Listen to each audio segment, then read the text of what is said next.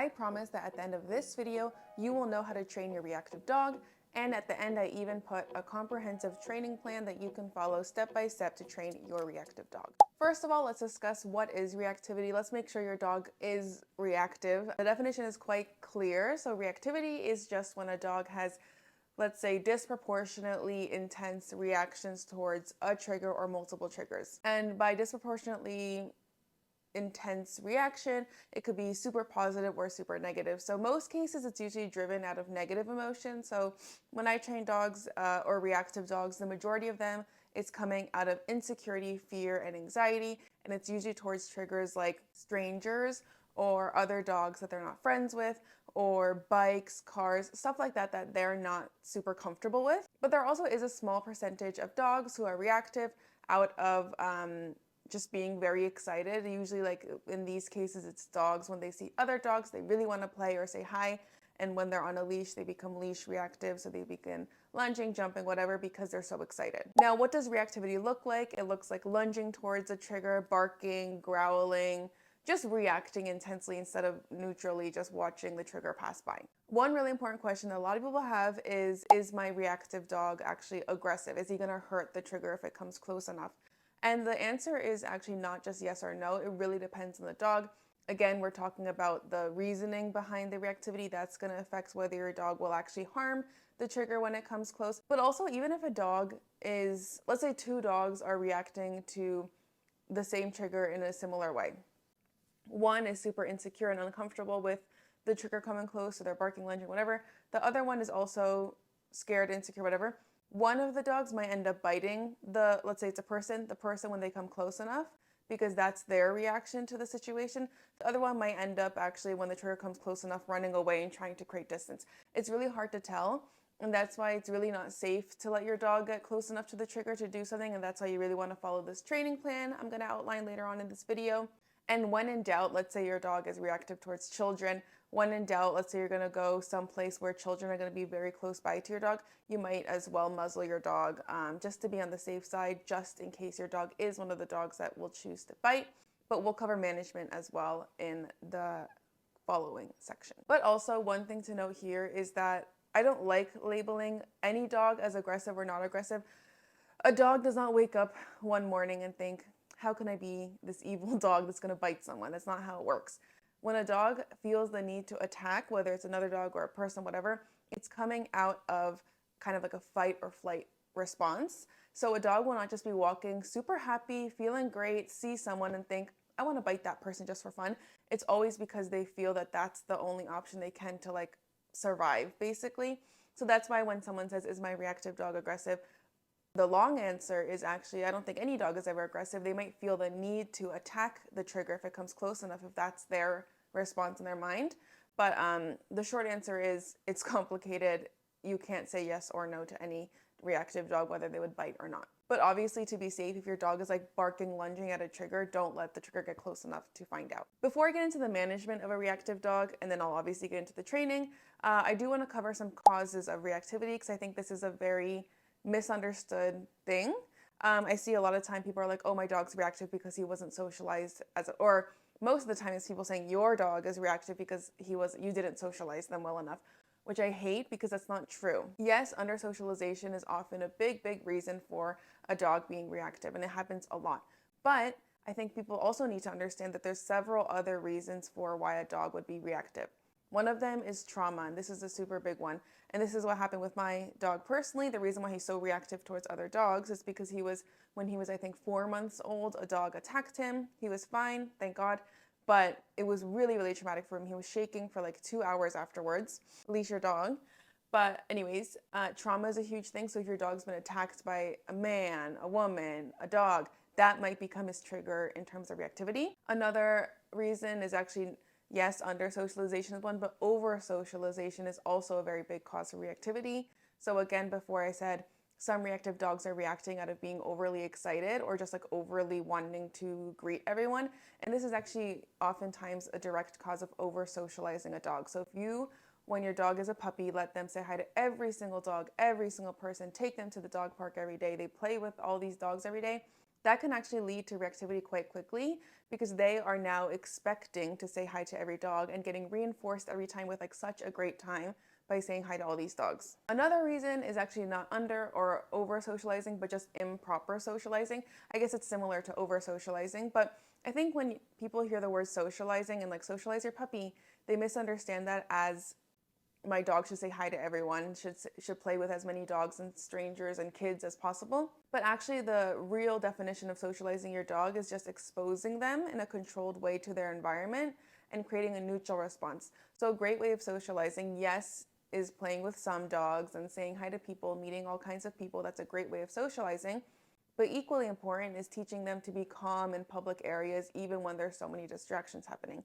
So if socialization only focuses on the fun, greeting, exciting, high energy part of it, that can oftentimes lead to reactivity. And last but not least, genetics is a huge reason for reactivity, not just the genetics of the individual dog's bloodline, but also of the breed of the dog, which is why it's so important, I think, to find out what breed your dog might be, because it could really result in behavioral tendencies. So for example, border collies, again, my dog, oftentimes show signs of reactivity. And their reactivity is a lot of times also driven from things like herding instincts. So that's why they could be reactive towards things like cars, because they're actually trying to chase them. So moving on to management of a reactive dog, and then I'll get to the training. So management, in this case, I mean, when you're not training, how do you manage every situation so that it's easier for you and your reactive dog? The first thing, as I mentioned earlier, a muzzle is a great idea if you're unsure if your dog's reactivity would escalate to something more harmful. Another management technique I personally used when my dog was at his most reactive, like during training, was that we would always walk at really unpopular hours. I still like to do this just because I don't like when it's so crowded outside. But for example, I know where I live, it's so busy outside at 8 a.m. because everyone's walking their dogs before work. And then again at like 6, everyone after work. And then again at like 3 p.m. when all the kids are coming home. So I always used to walk and still do walk at like 6 a.m. and then 1:30 p.m., avoiding the lunch rush, but before the kids are coming home from school, and then again at nighttime after everyone's already come back from work. Doing this allows you to walk without worrying about your dog having reactions, because as we'll get into in the next part with the training, you want to avoid reactions as much as possible, even during training. So you want to make sure that you're kind of setting up your dog for success. Another 2 recommendations for management is 1, a long leash, and 2, maybe investing in sniff spots. So with a long leash, you're able to allow your dog to have more freedom, run around if they want to, but you're still ensuring that safety by keeping them on a long leash. Because again, with a reactive dog, you're not sure if your dog will harm someone, or also if your dog will just like run into a busy street by accident and injure themselves or chase someone, whatever. So a long leash allows your dog freedom while also ensuring safety. And then sniff spot is like, I've never used it personally because I don't live in the US at the moment, but I'm definitely going to use it when we get back. You can basically rent people's backyards as like private dog parks. I think this is an awesome option for reactive dogs, especially dogs that are reactive towards other dogs, because then you're allowing your dog to run free.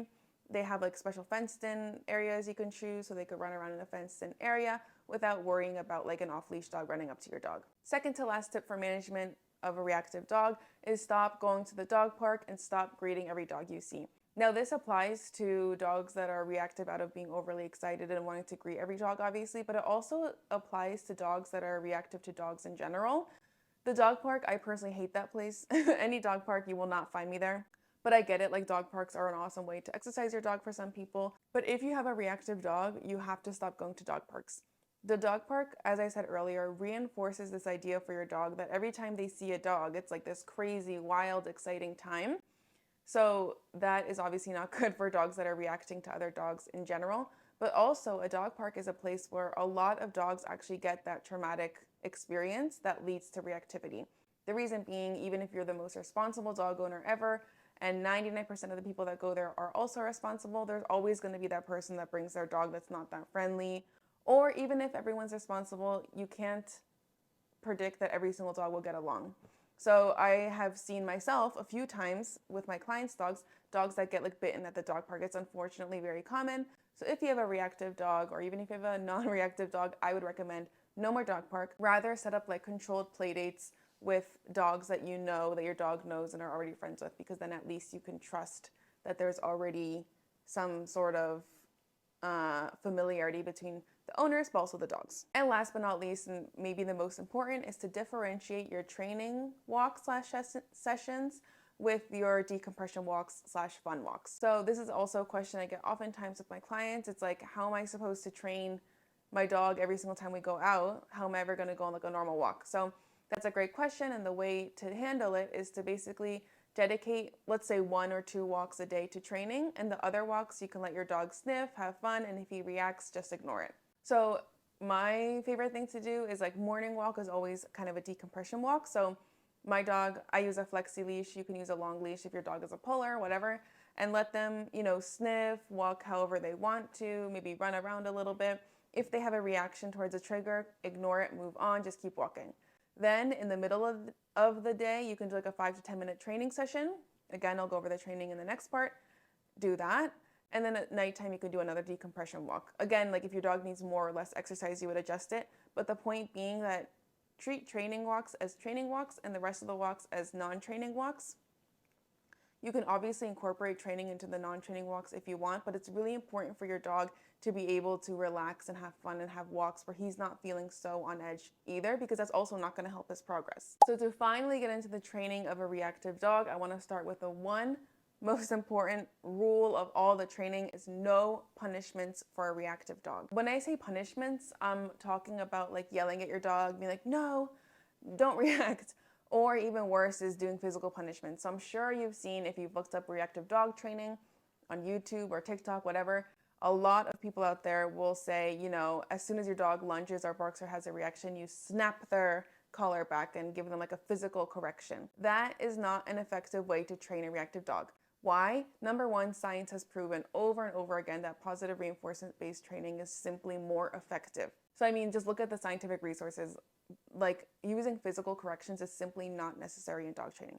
However, some people will argue that there are resources that also prove balanced training, which is the use of those punishments and stuff, is effective. And that's fine. But then that leads to my number 2 reason to not punish a reactive dog. And this one I think is like a bulletproof argument. No one can argue against it. Is it's logically irrational to punish, especially physically punish, a reactive dog. And let's kind of like think about that for a second. So a reactive dog, more often than not, is an insecure dog reacting out of fear or anxiety or insecurity again. If you punish a reactive dog for having a reaction, again, that's stemming from being insecure, fearful, anxious, whatever, you're not only scaring them even more to, again, hurt their confidence and worsen their insecurity, you're also reinforcing that insecurity because you're creating a negative association with the trigger by harming them.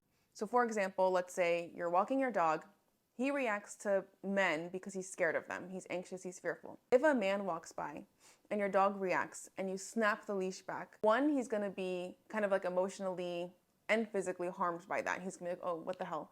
But secondly, he's gonna start associating, oh my God, when I see a man, I get snapped on the neck. More reason to want to react in the future, more reason to be reactive. Like I should keep doing this because bad things happen when the man comes close. So just logically speaking, it simply does not make sense. Now I know for a fact some people are gonna say, oh, but I've seen videos of balanced training that where the dog is improving so much faster than without using the punishments. And the thing I like to say here is, again, proven, but when you punish and again, physically correct the reactive dog, again, snapping their collar, whatever, you are effectively suppressing their emotions in that moment. So what happens is some dogs, they will start to stop reacting when you start using physical punishments because they're going to think, oh my God, I can't display my emotions because my mom or dad is going to snap my collar and hurt me. So I have to not do it. Like I have to do everything I can to not react. However, with that training, you're not addressing the root cause of the reaction, which is, again, insecurity, fear, anxiety, even overexcitement. You're not addressing those emotional reasons behind it. So what happens a lot of times, which is really scary, is your dog will learn to suppress his emotions, but again, you're not helping the emotions, so they're still under that kind of layer that you're creating every time you put a punishment on them. And then, not only will your dog continue to have that kind of insecurity in his life and anxiety in his life, which is obviously not healthy for him, oftentimes what happens is one day your dog will reach a threshold where that punishment is not worth suppressing his emotions anymore and he'll lash out. And what's scary is some dogs will actually lash out more than they ever have before because they've been suppressing their emotions for so long. So scary situation, let's say, and this has happened before, is a dog is trained with corrections, and the owner thinks, oh, he's doing so well, he's not reacting to triggers anymore, then especially if the owner that's been training him all the time is not there for some reason one day and the trigger comes too close, the dog can go from he used to, just bark and lunge, whatever the trigger, to now full on going for a bite, full on attacking this trigger. So the scary part about suppressing the emotions, again, put shortly, is you're not addressing the root cause. So it's actually not sustainable and not effective. And again, not good for the dog's psychology either. And the last reason to not punish, and this is doesn't even need to be said, but it ruins the bond between person and dog. And this doesn't just go for reactive dogs, it goes for a lot of dogs that, it just ruins the confidence of the dog and ruins the bond you have with the person, which in effect makes training harder. And again, with reactive dogs, this is especially something we want to avoid because a lot of reactive dogs are not that secure. So how do you train it then? If you have to avoid punishments, how do you train a reactive dog? And it's actually quite simple. So the goal of training a reactive dog is always to create a neutral reaction to a trigger, the triggers, all triggers from the dog. We do this with two methods, one being desensitization, which is the process of exposing your dog to a trigger at very low frequency so that they can get desensitized to it, and then you slowly build that intensity up. And then the second method we use in combination with that is called counter conditioning.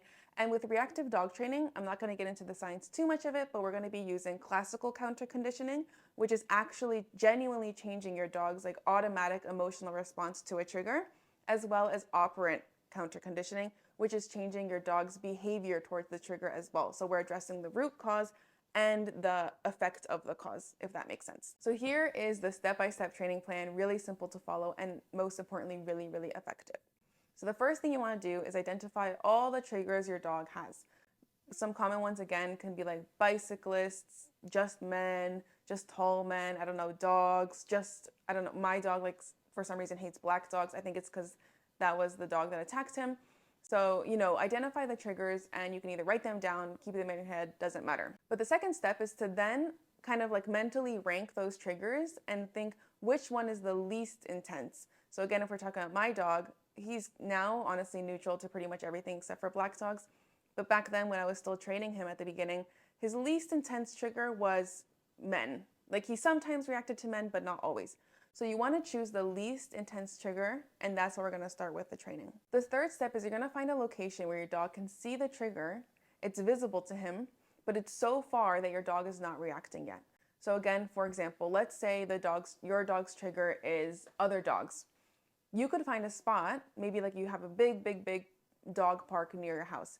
You can find a spot where your dog is able to see the dogs in the dog park, but it's so far at that moment that your dog doesn't actually react yet because it's not close enough for him to react. And that's the thing with reactive dogs. Space is the best friend of a reactive dog. If you create enough space, you will be able to find a spot where your dog doesn't react 90% of the time. The other 10% I'll address in a bit. So once you find that spot, you're gonna first go exercise your dog somewhere away from the triggers. Obviously, you can go play fetch, you can go for a long walk, doesn't matter. But first get out that excess energy, as I always do with my trainings, and then go to that spot again where your dog can see the triggers, but it's not so close that he's reacting. Once you're at the spot, and make sure you've brought some really high value treats. Think of what your dog loves the most and use that. So it could be something like chicken, cheese, peanut butter. I love this squeezy peanut butter from Kong. I'll link it in the description on our Amazon storefront. It's Mochi's favorite thing ever. But also if your dog prefers playing, if he's more of a toy driven dog, you can also use a rope toy, a ball, doesn't matter. Something that your dog loves. And when you're at that spot, as soon as your dog looks at the trigger, so again, let's pretend it's the dog. As soon as your dog looks towards the dog park and spots a dog, click, mark, doesn't matter if you use a clicker or not. I prefer to use it, you don't have to. But as soon as your dog sees the dog, say yes or use the clicker and give them that high value reward. Make sure you're doing this before your dog is able to react.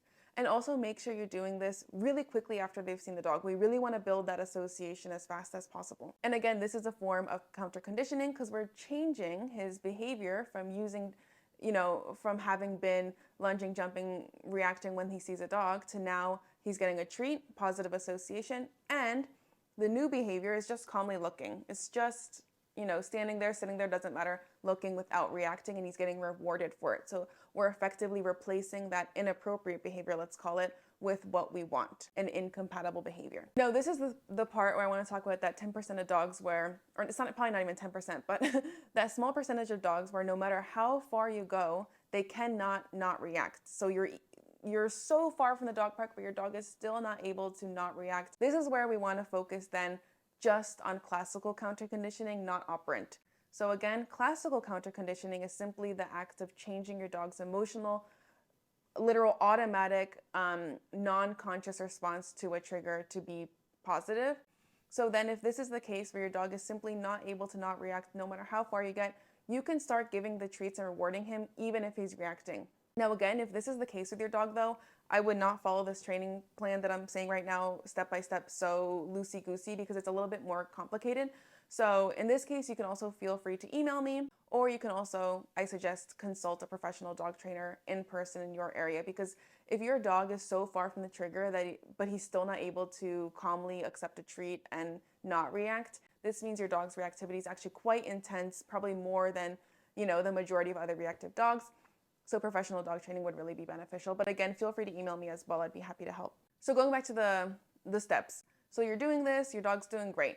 Then here's where you want to use your judgment. If your dog is so, it's so easy for him to calmly look at the dogs in the distance and take the treats and, blah, blah, blah, then you can also maybe move like 2 steps forward towards the dog park, a little bit closer, to make sure that your dog is actually looking at the dogs and accepting those treats. If you're so far that your dog doesn't even notice the dogs at the dog park, you might want to walk a little bit closer, but this is where you can use your judgment and just make sure that your dog is always under threshold. As soon as his body tenses up and he's not able to take those treats so easily, then you're too close and you need to take a few steps back. So again, kind of like feel it out and watch your dog's body language. You know you're way too close when your dog is even unable to accept the treat. And you also know that you're pretty much too close when your dog is like so hyperfixated on the dogs.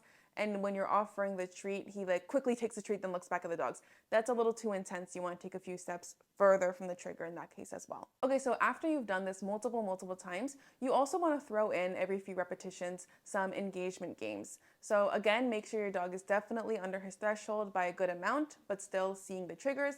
And then every few times that you click and treat for just looking at the dogs, you can also then start doing things like calling your dog's name, waiting for him to look at you, clicking and rewarding.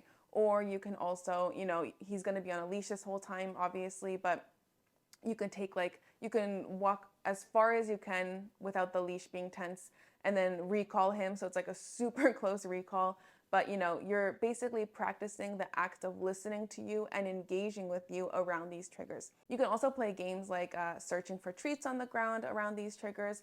And you can also play a game like touch, encourage, your dog to boop his nose on your hand. Basically, just keep practicing these games that encourages your dog to listen to you around the triggers. And again, you want to keep doing this so far from the trigger at first. So you're going to be rewarding your dog for just looking at the dogs, let's say like 5 times. Then you could throw in one little engagement game. Maybe you say Mochi, like your dog's name. He looks at you, you give him a treat. Then again, you go back to just rewarding for looking at the dogs 5 times. Then you could do, invite him for a touch, give him a treat for that, then again, reward for just looking. It's not going to be super exciting, unfortunately, but it's going to be super effective. And this is what you want to do for, let's say, 10 minutes on day 1. You don't want to go too long because that's when your dog starts getting bored and the training doesn't really become effective once, you go too long, because like kids, you don't want to exhaust their attention span. So just stick to 5 to 10 minutes on each training session. So in the following days, weeks of this training, you're just going to be doing the same exact exercise, but every time you can move, I'm not even exaggerating, 1 step closer to the trigger than the day prior. The reason why I'm saying literally 1 step is, again, going back to that concept of desensitization.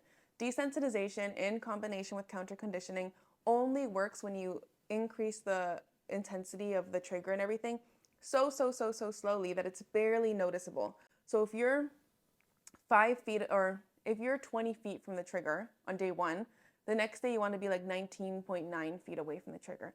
The next day, like 19.8 feet from the trigger. And you want to go so slowly, and especially if your dog is killing it, right? And every day, 1 foot closer, he's still doing amazing. That's a great sign. And don't take that as, oh, it's too easy for him.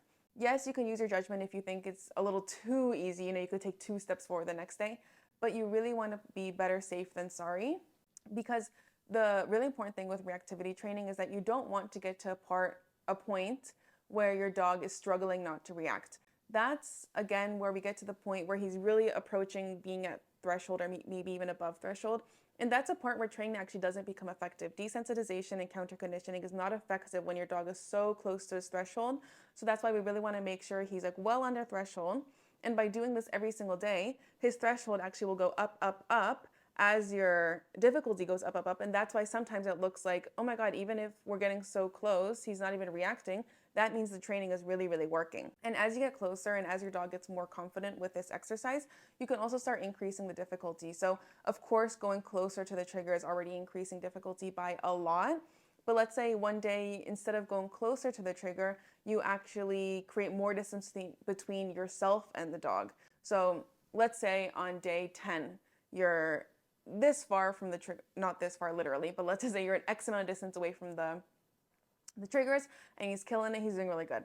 Then on the next day, instead of progressing the training by going even closer to the trigger, you stay the same distance away from the trigger, but you yourself can this time bring a little bit of a longer leash and stand even further from your dog. Because if you're further from your dog, it also becomes harder for your dog to listen to you. Again, distance is always adding difficulty, whether it's from the trigger or from you. So, you can kind of play around with the difficulty. You can also, if your dog's trigger, let's say, is a man, you can start adding difficulty by, instead of going closer to the trigger one day, you ask the man that you're using to desensitize your dog, maybe it's your brother, your friend, whatever, to start walking back and forth instead of just standing still. Because again, movement creates difficulty as well.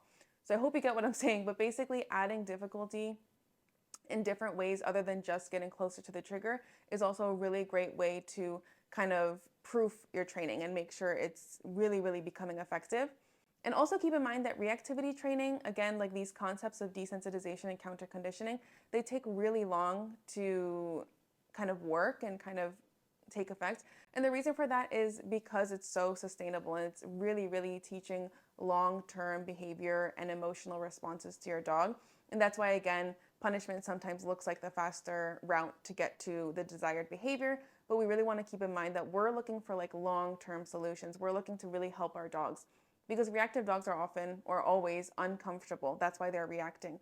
That's why we want to take the training really nice and slow so that the training is really long-term effective and so that the dog can genuinely feel better and genuinely not even want to react. That's the goal we're trying to get to. We're trying to create a genuine, neutral reaction to their triggers. Now, the final step of the training would then be to start doing it for the next least intense trigger and working your way up the list. Some dogs only have one trigger. That's great. Then you could focus on that entirely. But again, if your dog has multiple triggers, you kind of want to go one by one. What you can do though is you could start your training journey with one trigger, but then as soon as your dog starts making progress for the first trigger, you could then maybe start trying to do 2 triggers at once. Maybe you do 5 minutes for one trigger in the morning, 5 minutes for another trigger in the afternoon. You can kind of do parallel trainings, but at the beginning, I really suggest you focus on one trigger so that both you and your dog can really get the hang of desensitization and counter conditioning training and kind of how to level up and level down and stuff like that. Because on paper, this training plan, I think, is super super right? It's, expose your dog to the trigger, give them treats for calmly looking at them, move closer, continue giving treats for calmly looking, move closer, blah, blah, blah. However, the difficult thing I think is the nuance in the experience. Even myself, when I first started dog training for clients, I thought I knew everything about reactivity training because of training with my own dog. But you start to learn all these nuances, all this body language of different dogs, all the triggers of different dogs, the capabilities of different dogs. So the hard part is going to be just practicing and really learning to read your dog's body language and advocating for what they need in that moment. So you're going to start learning oh wait, when my dog does this, it means we're getting too close to threshold. I need to take 2-3 steps back. So follow this training plan and I guarantee you will be seeing results for your dog, whether that's in a month from now, 6 months from now, 2 years from now. This is the foolproof way to train a reactive dog. Again, if you think your dog is an exceptional case, maybe let's not say exceptional because there are plenty of dogs that are a little bit worse than other reactive dogs in terms of reactivity and need more guidance, I would definitely highly suggest speaking to a positive reinforcement dog trainer in your area Just make sure they don't use physical punishments and you should be good to go, because again, the hard part of this is the nuances, being there in person and being able to read your dog's body language and being able to assess the situation. Don't forget to subscribe for more videos on dog training, reactivity, all things to do with dog training. And good luck on starting your long but very effective journey on training your reactive dog.